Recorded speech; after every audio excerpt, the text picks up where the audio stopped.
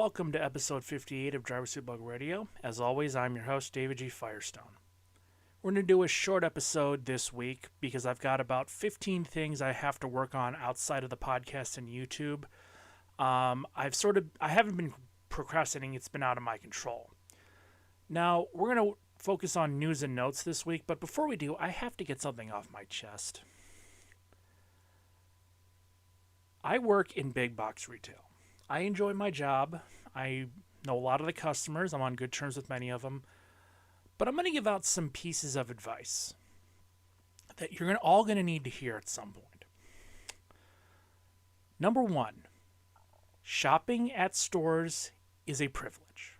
You are not entitled to shop wherever you want. Stores letting you shop is a privilege. Should you choose to abuse these privileges, you will be thrown out. And I've had a few instances this week of people who think that it's all about them, and I'm getting really tired of it. Now, the first one is if you're going to scam a store, the police will be called and you will be given a trespassing notice, meaning that if you ever show up again, you will go to jail. I don't think I need to explain this any more than that, but there are some people who just can't figure it out. Number two, many big box retailers only have one door. Some have two. And a lot of them, not all, some may do things differently, but a lot of stores, if they have two doors, one set of doors will be shut down prior to closing to cut down on shoplifting. So, for example, if a store decides to close one set of doors at 9 o'clock, the doors are going to be closed, locked by 9 o'clock. You show up at 9:15 and you want to use the exit door because, and I'm quoting, I don't want to walk. Well, it's not going to open. And if you want to throw a temper tantrum, be my guest. You're the one who looks like an idiot here, not me. Number three, if a store is advertised to close at midnight, what that means is the doors will be closed and locked and all customers will be out of the store by midnight. If we choose to let you in after this point, it's completely up to us. And I say this because if you're going to show up to a store at 11:59 and the store closes at midnight, sorry, not our problem. Your scheduling issues are not our responsibility. Okay? Get used to it. And if you show up after midnight, don't even bother. Don't even bother. And again, I'm just so sick of the entitlement and the disrespect. And by the way, and another thing that just occurred to me that I saw this week. Just because another store has a certain policy doesn't mean we do. And if you want to complain that we don't have the policy that competitor does, management's not going to respect you and you'll get nowhere.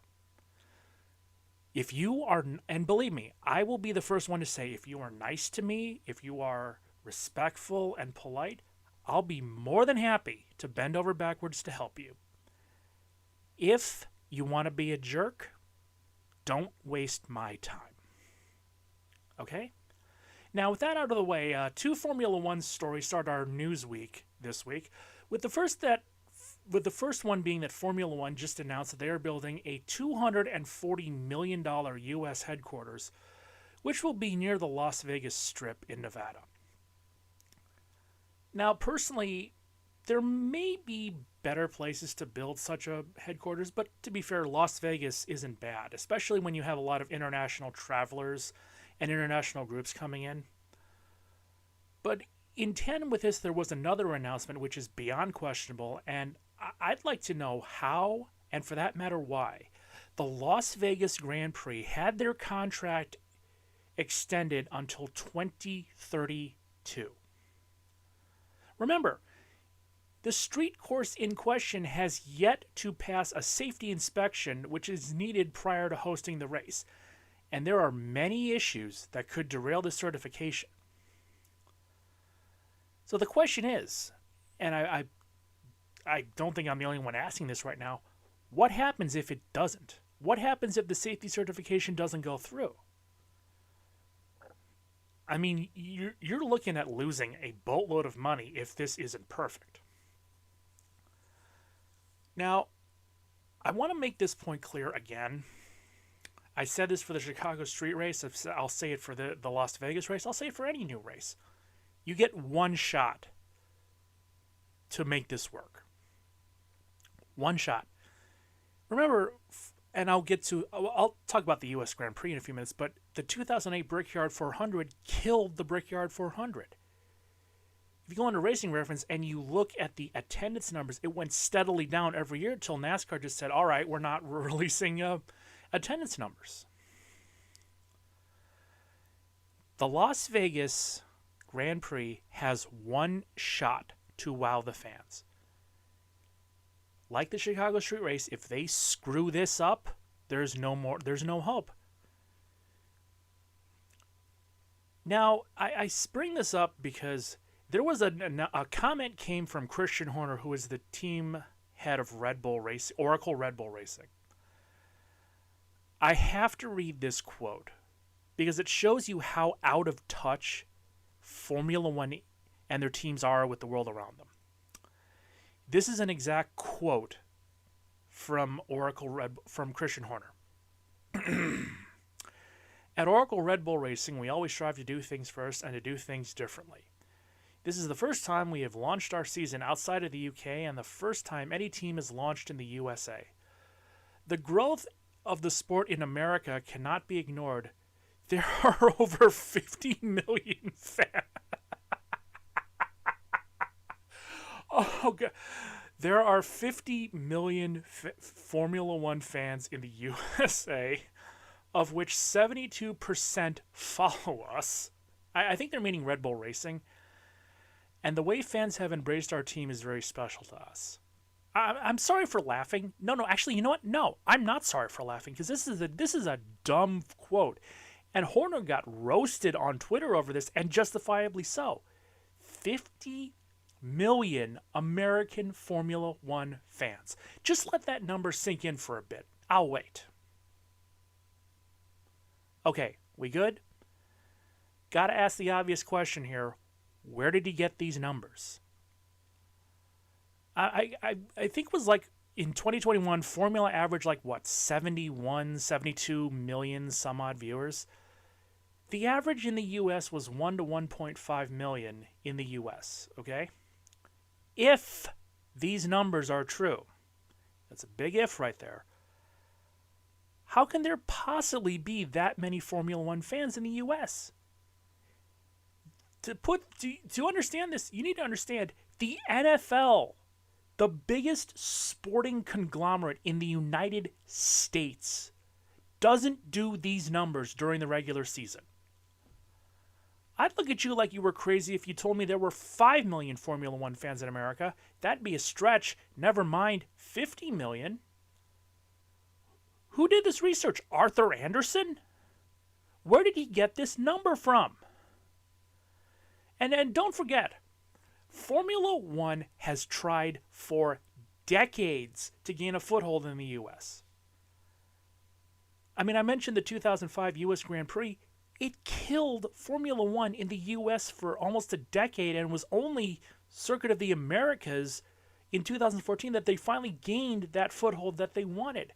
And even if we factor in Mexico and Canada as part of North America, which I know Horner wasn't, I'm willing to bet the total doesn't come close to 50 million. It's amazing to me. You don't know your place in this country, Horner. You're a minor inconvenience to many of the big sporting companies. We got the Super Bowl. I haven't seen the ratings as of yet because I'm recording it a few days before, but I guarantee you, it's going to drown out the best race Formula One has this year. Guaranteed. Okay, so we're going to shift to a much less frustrating story, which is the new rules package for NASCAR in 2023. So after Ross Chastain's infamous wall ride at Martinsville, and they actually Trackhouse Racing just said they're going to preserve the car, which I think is good. But Ross Chastain's wall ride led NASCAR to ban the move going forward. Now, I think this is a smart move. It's a safety issue, and keep in mind the cars were still very much of the design that could have been more detrimental to the drivers than they are now. And to be honest with you, I didn't know it was legal to begin with. I seriously thought there were rules in place preventing something like that. Now, granted, I understand why he did it, and no one is saying that he did what he had to do to get into the championship finals, which is, I get it. Now, the second rule, which is I think should have never been implemented in the first place. But NASCAR will eliminate stage breaks at the road and street courses starting in 2023. Now, this was done with advice from a number of different sources, but I think you could have done the stage ends without the breaks. The breaks are pointless. It's stupid. The fans don't like it. And I think going forward, it's a good move. Because it just breaks up the flow of the race for no good reason. Now, the last noteworthy thing that I found was NASCAR is mandating when wet weather equipment can be used. I can't talk tonight. Now, road and street courses, those are already done, and as I've talked about before, short tracks with a length of less than 1 mile will now have these options. I get the road courses, I get the street courses. Rain tires have been shown to be effective. I have no problem with that. The ovals are a different story entirely. I understand theoretically why they would be going this route, but this is going to cause more problems than it solves. Also, again, testing is going to be problematic at best due to the fact that rain can't really be scheduled in advance. So you don't really have any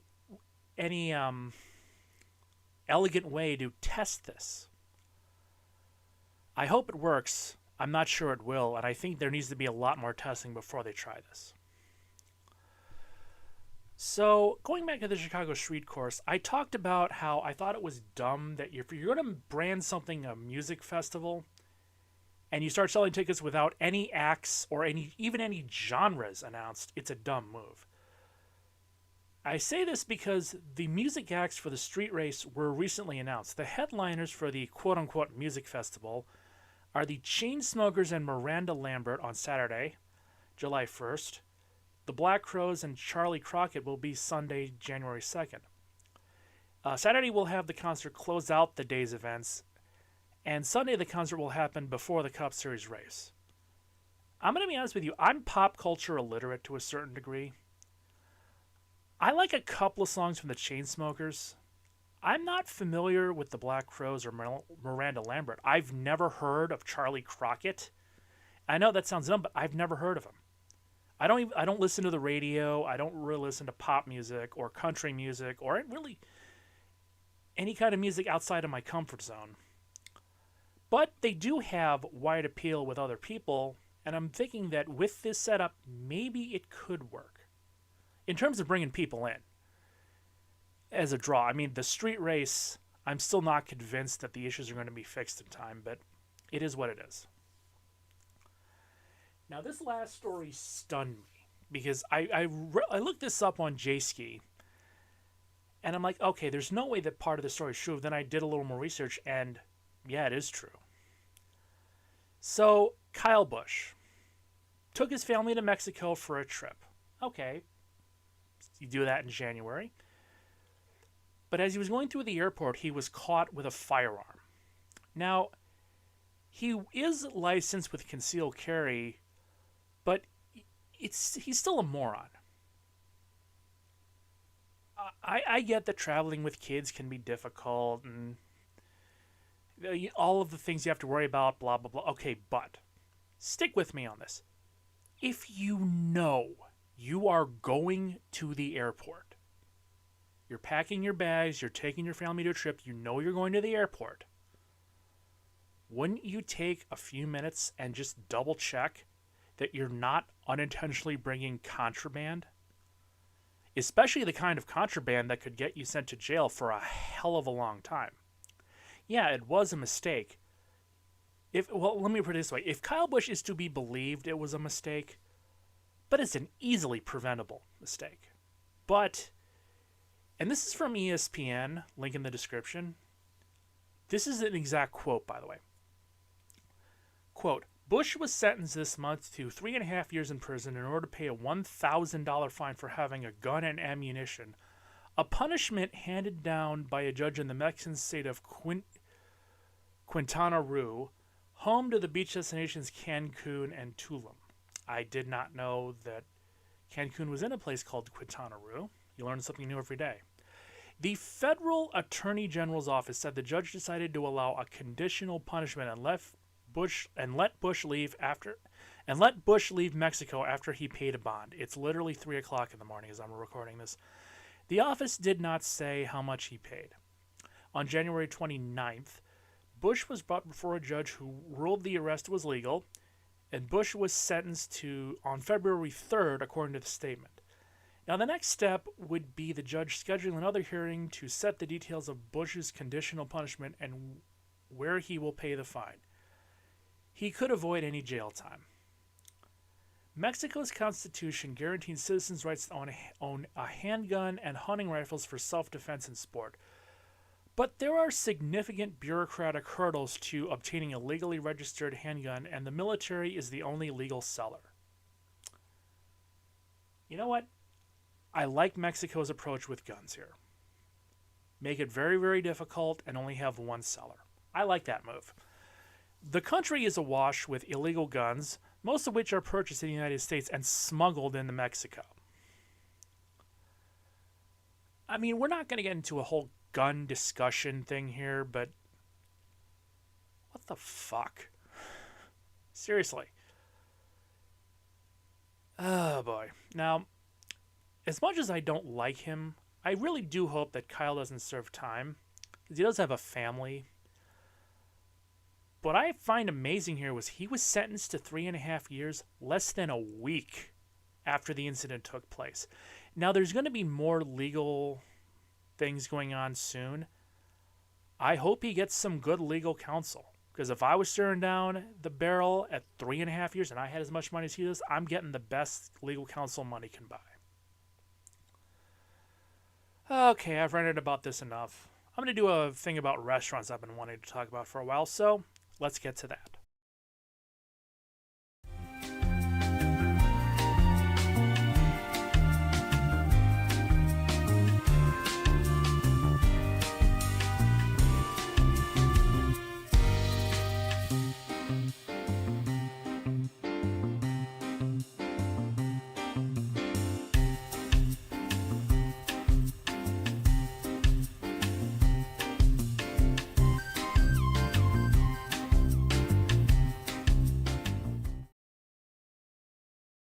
So I'm back, as the house smells of delicious maple sausage, because I'm cooking some right now. I say that because I don't really eat at restaurants all that much. Sometimes I do feel like going out. I'm not a food snob, I'm not a foodie. I'm like most people, I like good food at a good price. When it comes to restaurants, I do have some general rules that I do have. Number one, never spend more than $15 on a sandwich, though burgers are the exception. Number two, if you ask a server what a certain menu item is and it takes 2 sentences or more to explain, order something else. This also applies if the server says, well, it's complicated. Okay, that's all I need to know. Number 3, if you order something and the server's immediate response is, are you sure? You change the order and you don't ask questions. Because I've learned in my life not to ask questions you don't want the answers to. Now, other people are different in this respect, but with me, avocado, foie gras, and Russian black bread do not belong on burgers. Barbecue sauce, bacon, and cheese are perfect on burgers. With that said, number 5 is, I don't consider it a real burger if it is made out of turkey, chicken, ostrich, tofu, veggies, or falafel. I will make an exception for buffalo because because I have had some good buffalo burgers over the years. Number 6. Steak should always be served with either rice or potatoes as a side dish. You can have other things than that, but rice or potatoes is the minimum. Number 7, and this is one that I personally just bugs me, and I don't know why. But any restaurant that advertises quote unquote upscale, and we're talking grilled cheese, spaghetti and meatballs, macaroni and cheese, patty melts, meatloaves, etc., should be avoided. I don't like overcomplicating simple things, and overcomplicating simple foods is good. And I will also factor in Philly cheesesteaks into this, because it's supposed to be steakums and cheese whiz on Italian bread. Now, this next one is for the servers, and dealing with some of the servers.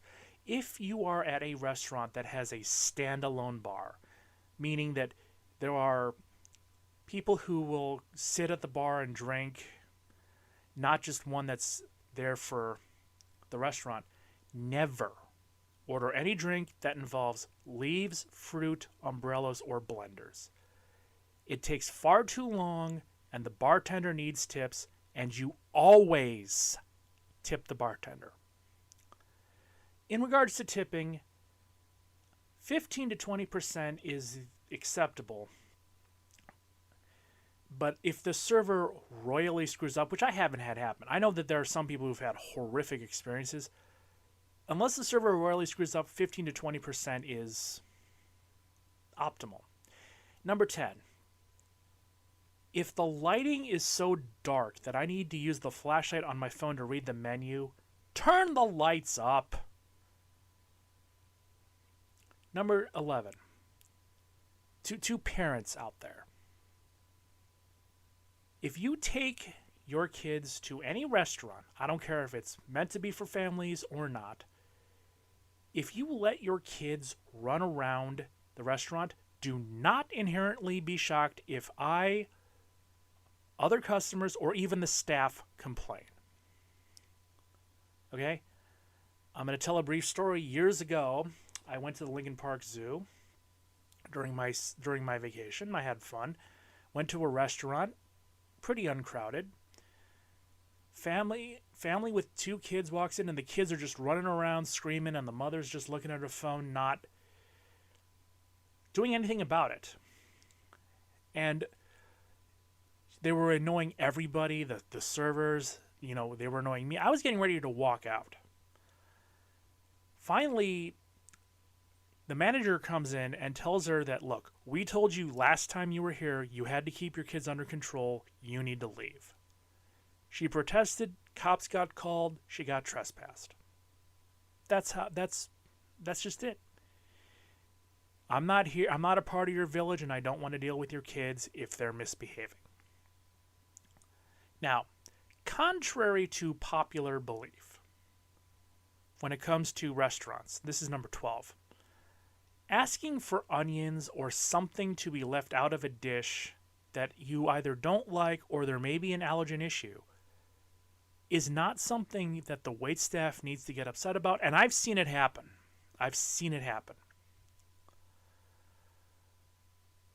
Number 13. If you have large television sets of any form in your restaurant and there is a major sporting event on, turn to said sporting event. That one, I don't even think I need to explain why that's a good move. Number 14. Please do not try and replace traditional sides like French fries or coleslaw with quote-unquote something innovative. It's just not a good move no matter what. Now, number 15 is something that's been going on a bit too long, and it just kind of sounds dumb. Chili con carne translates to peppers with meat or chili with meat.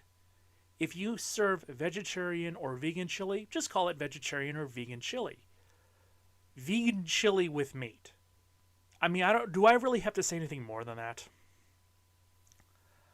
Number 16 was a fad for a while when I wrote this. This was something I'd written for something else.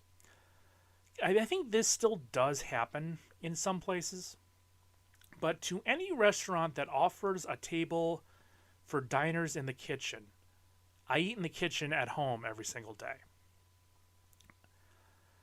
17, I don't even know why I should have to say this, but bread should always be warm when it's brought to a table. Now, number 18 is something that has, again, been going on a bit too long. Any menu item that a restaurant states is a quote-unquote, it's an original or we thought up this one, take it with a grain of salt. Now, number 19, this one was actually a specific restaurant that I was at. I'm not saying the name of it because I don't know if they're still around. If you have a fireplace and it's dinner time, feel free to use it. Now, if you don't want to use it, could you at least paint over the blackened areas? Because it looks really, really odd.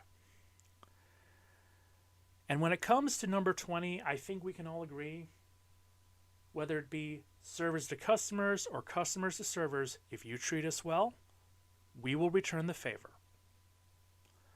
And with that, I thought it was short, but it's actually longer than I thought it was going to be. Episode 58 comes to an end, and next week I will discuss the Daytona 500. I'm Dave Farsley. If you like, comment, share, and subscribe, and I'll see you next week for episode 59.